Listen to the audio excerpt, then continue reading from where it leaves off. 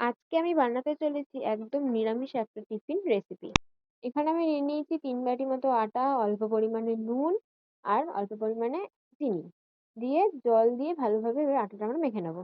কোনো তরকারির ঝামেলা ছাড়াই এটা তোমরা খুব সহজে বাড়িতে বানিয়ে ফেলতে পারবে। আমি এখানে ময়দা ইউজ করছি, তোমরা চাইলে আটা ইউজ করতে পারো বা আটা ময়দা মিশিয়েও ইউজ করতে পারো। আটা মাখা হয়ে গেছে, এবারে ঢাকা দিয়ে রেখে দেবো।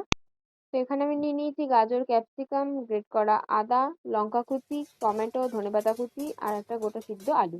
তো ফার্স্টে আমি এখানে লঙ্কাটা ভেজে নিয়েছি, লঙ্কা ভাজা হয়ে গেলে এবার আমি দিয়ে দিলাম আদা কুচিটা। তারপর আদা কুচিটা একটু ভেজে নিয়ে এর মধ্যে আমি গাজর আর ক্যাপসিকামটা দিয়ে ভালোভাবে নেড়ে নেবো। একটু হালকা ভাজা হয়ে গেলে এর মধ্যে আমরা দিয়ে দেবো টমেটো কুচিটা। টমেটো কুচিটা ভালোভাবে নেড়ে চেড়ে নিয়ে হালকা ভাজা হয়ে গেলেই এর মধ্যে আমরা এখানে দিয়েছি নুন আর দিয়ে নিয়েছি একটুখানি হলুদ। এবার আলুটা ম্যাশ করে রেখে এটার মধ্যে দিয়ে ভালোভাবে নাড়িয়ে চাড়িয়ে নিতে হবে।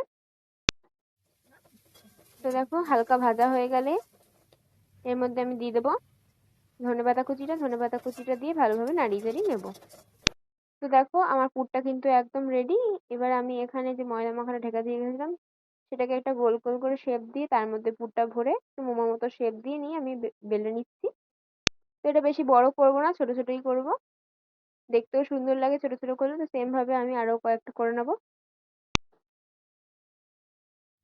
দেখো আমার রেডি হয়ে গেছে। এটা এবার আমি একটা প্যানের মধ্যে হালকা সেঁকে নিয়ে তারপরে কিন্তু আমি এটা তেল দিয়ে ভাজবো। তোমরা চাইলে এটা নর্মাল তেল ছাড়াও ভাজতে পারো, তাহলে এটা আরো বেশি হেলদি হবে। আমি দুপারে অল্প অল্প তেল দিয়ে কিন্তু এবার এটা আস্তে আস্তে ভেজে নিচ্ছি। তো দেখো ফার্স্ট এটা ভাজা হয়ে গেছে, সেম ভাবে আরো একটা ভেজে নেবো। একটু লালচে লালচে করে এটা ভাজবো, তাহলে কিন্তু দেখতে খুবই সুন্দর লাগে আর খেতেও কিন্তু খুব ভালো লাগে। এই হেলদি খাবারটা কিন্তু যে কেউ পছন্দ করবে, তোমরা সবার জন্যই এটা বানিয়ে দিতে পারো। বিশেষ করে যারা সবজি খেতে একদমই পছন্দ করে না তারা তো খুবই ভালো পছন্দ করবে। আর মোটামুটি এটা খেতে পুরো মোমোর মতনই লাগে। তো মোমো খাচ্ছ না পরোটা খাচ্ছ সবজি দিয়ে, সেটা তোমরা কেউ বুঝতে পারবে না। আমার ভিডিওগুলো যদি ভালো লেগে থাকে তাহলে আমার চ্যানেলটি সাবস্ক্রাইব করে আমার পাশে থাকবেন আর লাইক কমেন্ট শেয়ার করে দেবেন। তো দেখো আমার পরোটা কিন্তু একদম রেডি। তো আমি তোমাদের একবার মুড়িয়ে দেখিয়েছি, এটা কিন্তু খুবই সফট হয়েছে। আর আজকের মতো টাটা।